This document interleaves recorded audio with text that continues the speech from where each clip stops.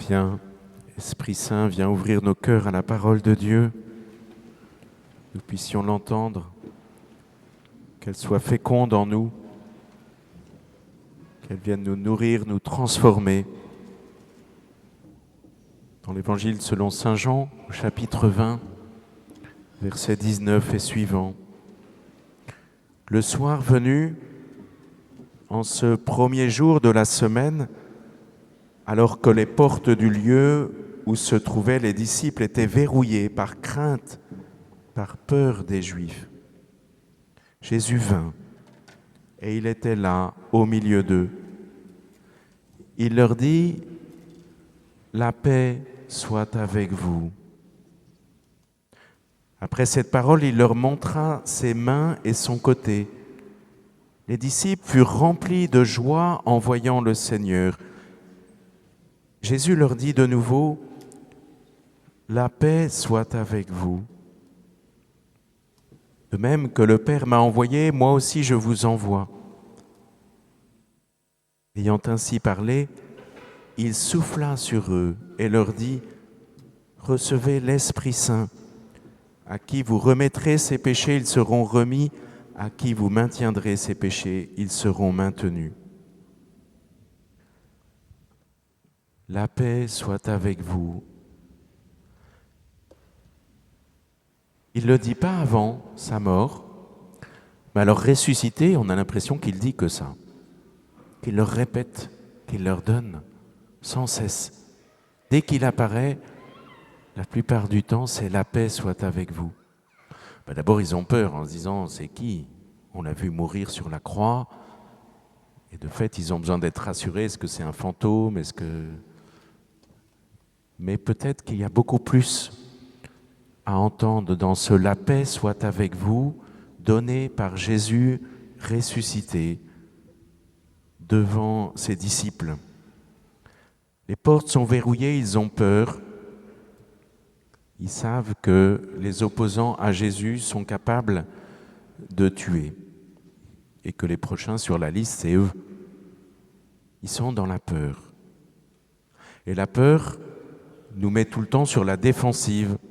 Vous avez fait cette expérience dans le métro, d'un coup quelqu'un qui parle très fort, ou une dispute qui fait, et vos muscles se sont contractés, ou quand vous allez à une réunion, vous savez que ça va être difficile, qu'il y a des gens qui vous aiment pas, vous savez que vous arrivez tout contracté, prêt à répondre à une parole, par une parole dure pour vous défendre, ou bien physiquement, votre corps réagit comme cela. La peur nous conduit souvent à la guerre, et la guerre tue. Il y a des morts à la guerre.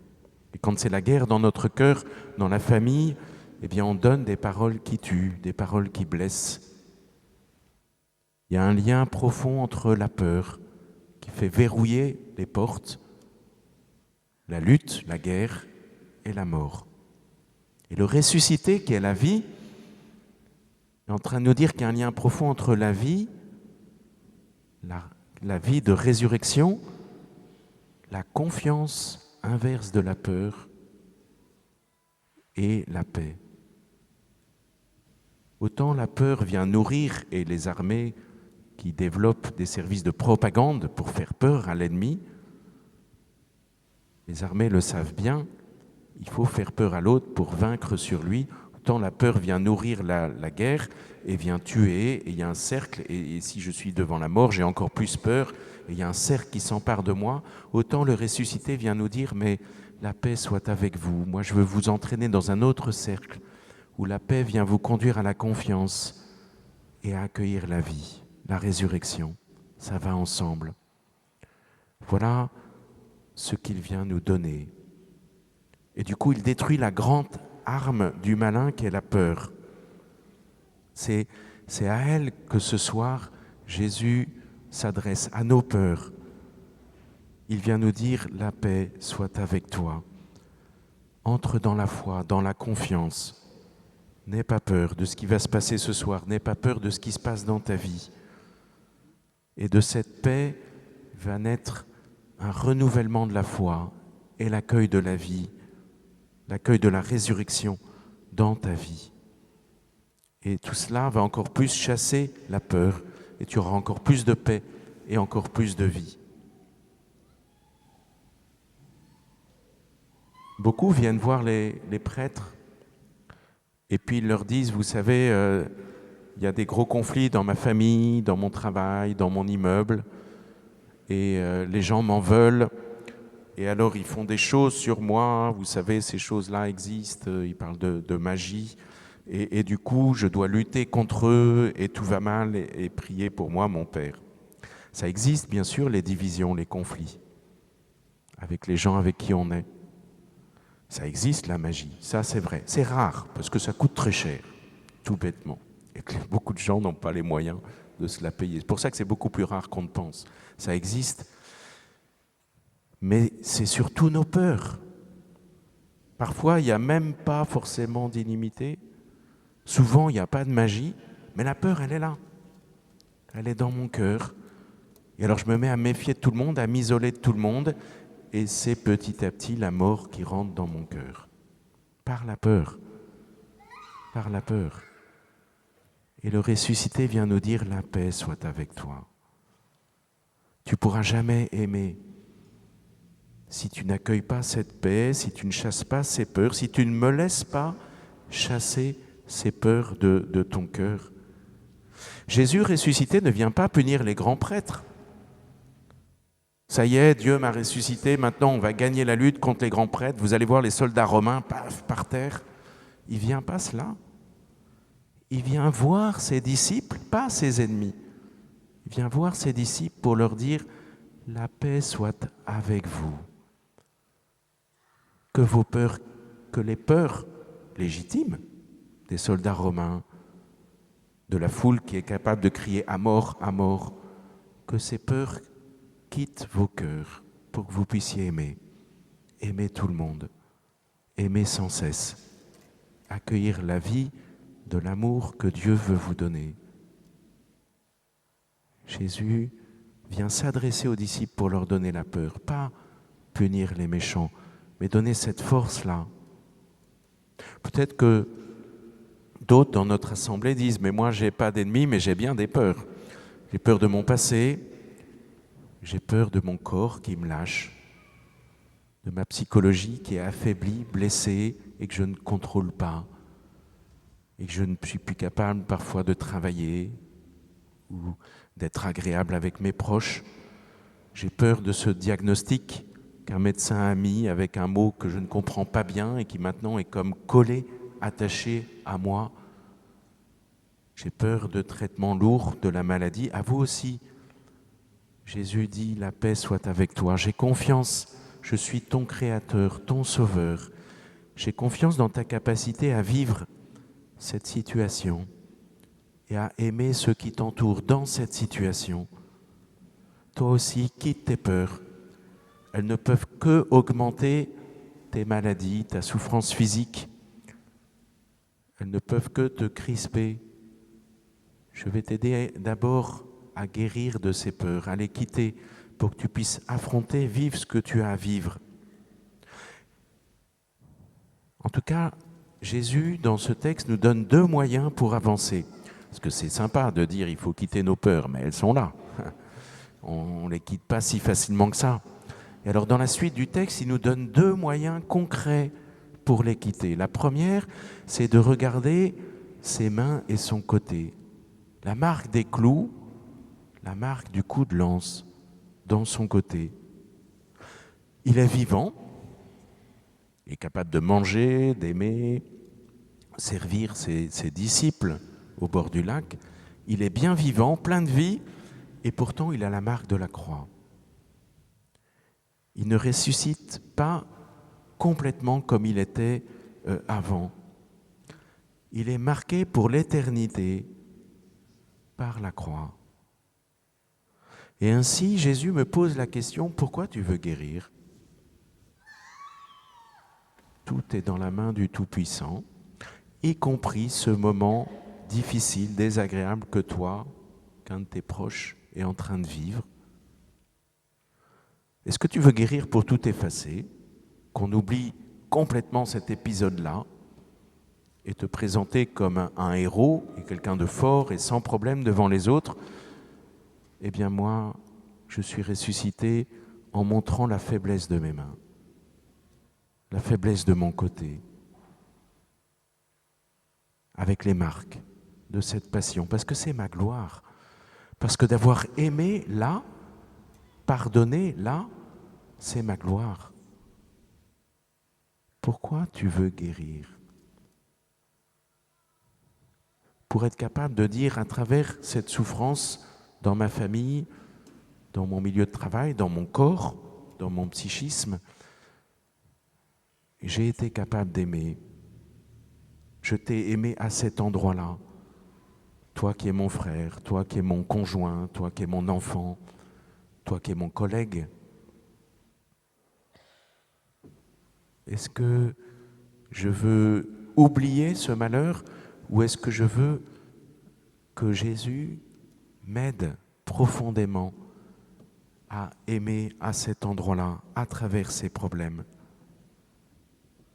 Jésus, aux mains percées, aux côtés ouverts, me dit combien Dieu a confiance en moi pour accueillir la vie, et cette vie qui est amour de Dieu et amour du prochain, amour de Dieu dans la prière, amour du prochain dans la charité envers ceux qui m'entourent, que cette vie est possible dans ma souffrance, dans ce moment difficile que je traverse.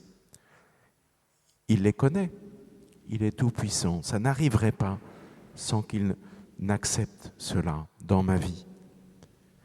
Il n'est pas en train de regarder, tiens, lui, il a des problèmes, comment il va se débrouiller. Ce n'est pas un spectacle réjouissant pour lui. Mais il veut être là. Il accepte les plaies que va me causer cet épisode de ma vie. Il y aura des marques, certainement toute ma vie. Peut-être que je vais me relever, mais devoir marcher avec mon brancard, comme les paralysés. En tout cas, il a confiance en moi pour que la vie de l'amour jaillisse dans cette situation, aujourd'hui.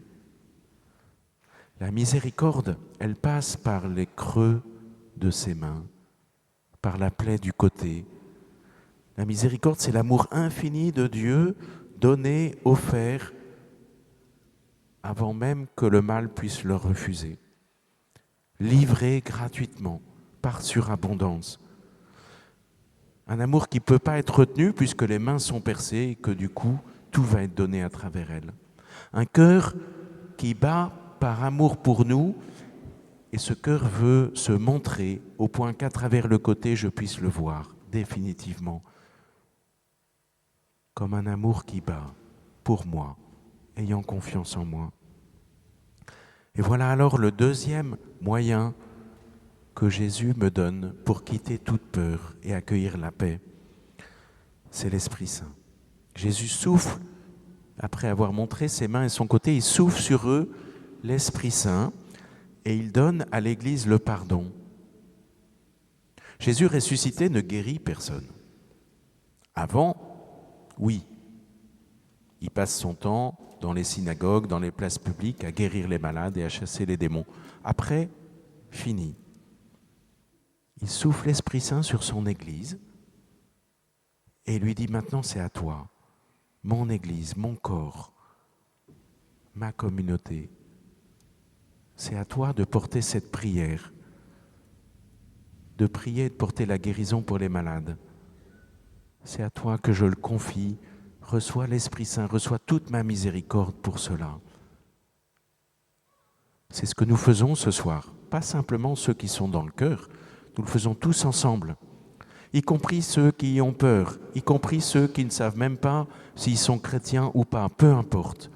Nous sommes ensemble ce soir à Saint-Nicolas-des-Champs, nous sommes ensemble reliés par cette même visio sur Internet pour prier les uns pour les autres et pour nous porter dans cette guérison, dans cet accueil de l'Esprit Saint qui guérit d'abord de nos peurs, qui guérit éventuellement aussi nos corps ou nos psychismes.